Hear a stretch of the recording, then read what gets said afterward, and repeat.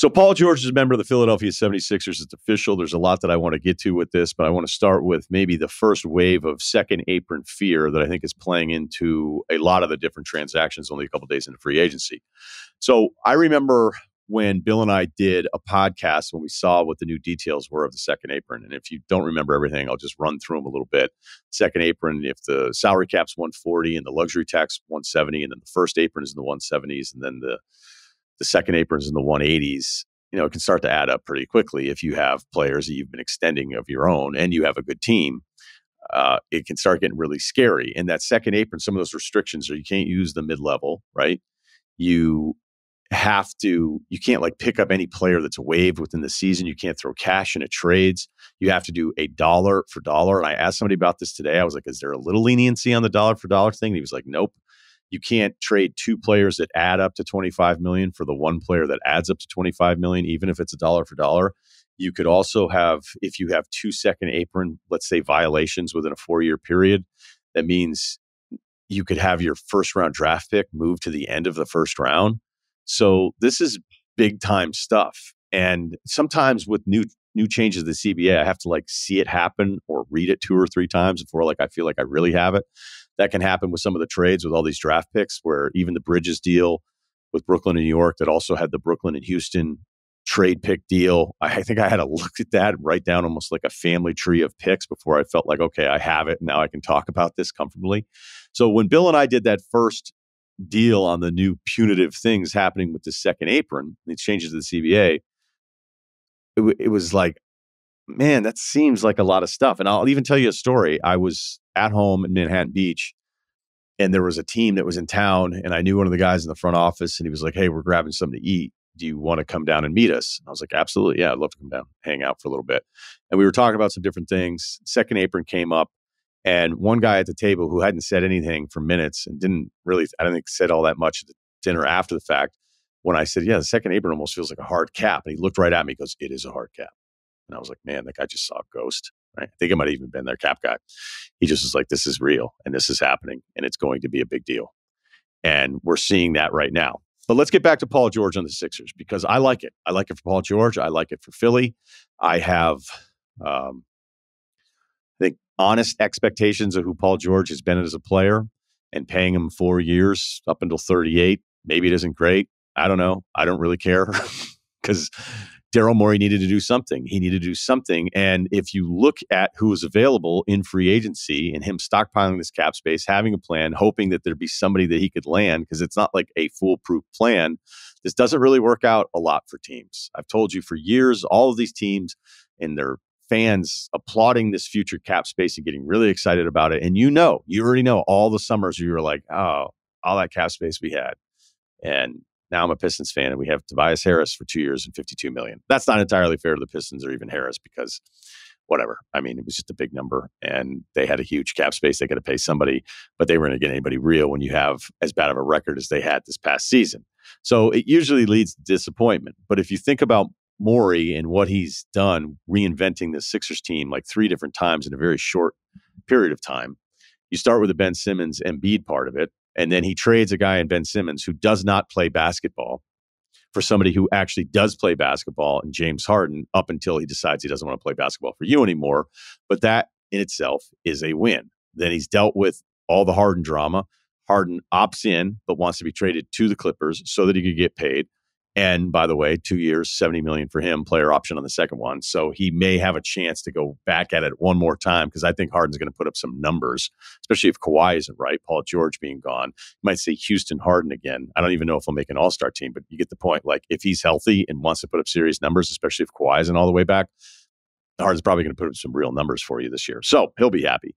But to do that and then go, all right, I have the second best player on this team who doesn't want to be here, and I can't add to this, in theory, title contending team with an MVP level Embiid in the beginning of the year, with a growing Maxey who's incredible.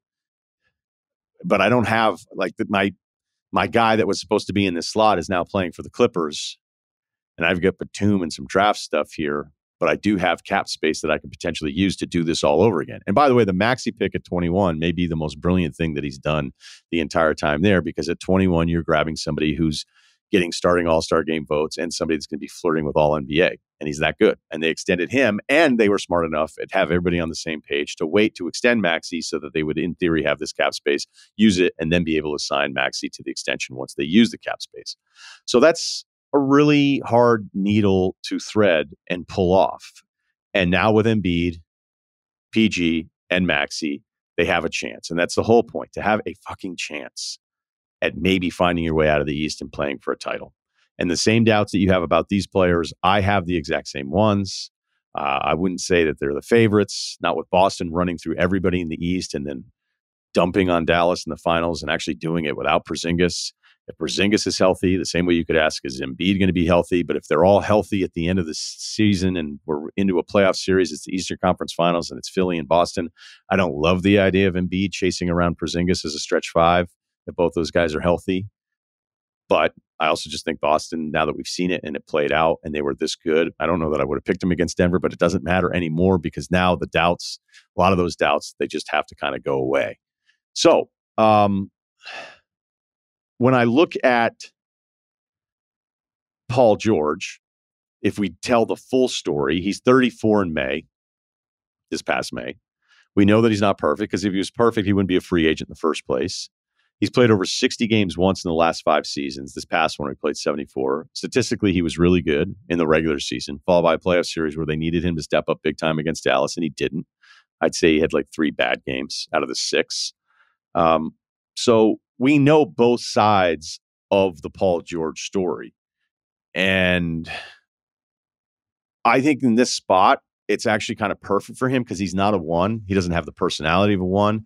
I'm not even sure if his game entirely matches how incredible his talent is.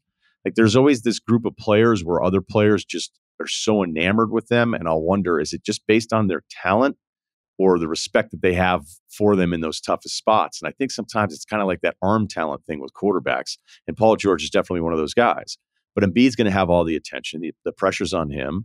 Maxey can fill in for the nights where George just isn't feeling it offensively because those nights are going to happen. But having him as your third option, even at 34 and the track record, it's a huge win based on the other options. Like if you want to start knocking Paul George, what do you think about the other potential options? Like, cool, we got Clay and DeRozan on the Sixers.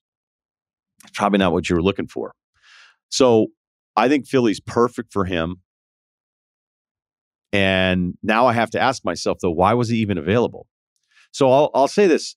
I'm still a little surprised the Clippers didn't just give him the 4th year because that's what would have always happened in the past. I imagine George's agent, Aaron Mintz, all this back and forth that we'd heard about, where they're not giving him the 4th year. They're not giving him the 4th year. They did the 3-year deal with Kawhi. They're not going to give Paul George the 4th year. So it's not happening. It's not happening.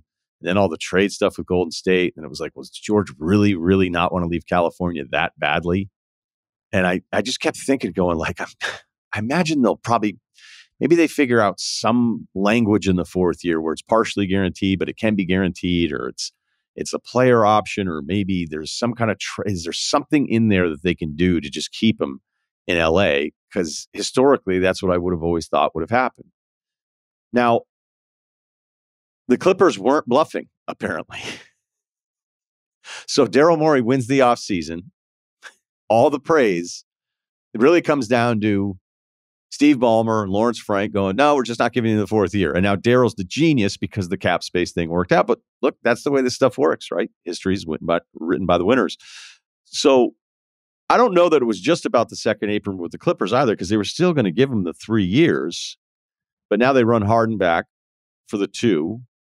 And I guess I've had these moments where I thought, I guess they really were drawing this line in the sand that said, we will not give you the 4th year because we gave Kawhi the 3.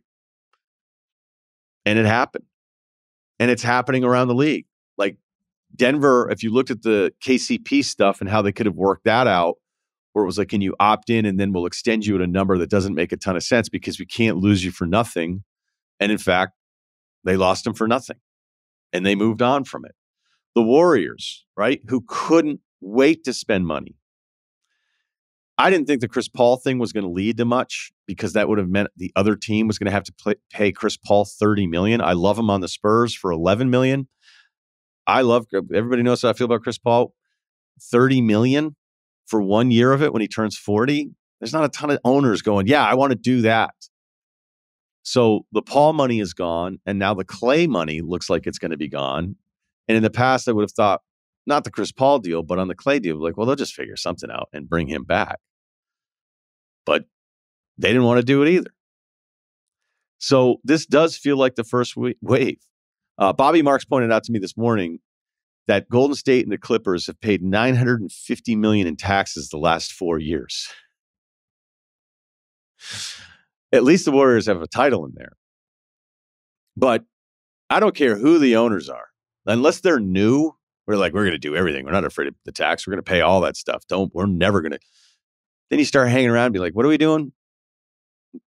In the play-in? I got to run this back for that kind of tax number? Lacob, Ballmer, and Kroenke all said no to deals that I would have assumed was just a yes in the past, because I would have thought there's no way you just want to lose these guys for nothing. But I guess they're okay with it now, knowing that the options are going to be a lot more restricted than ever before.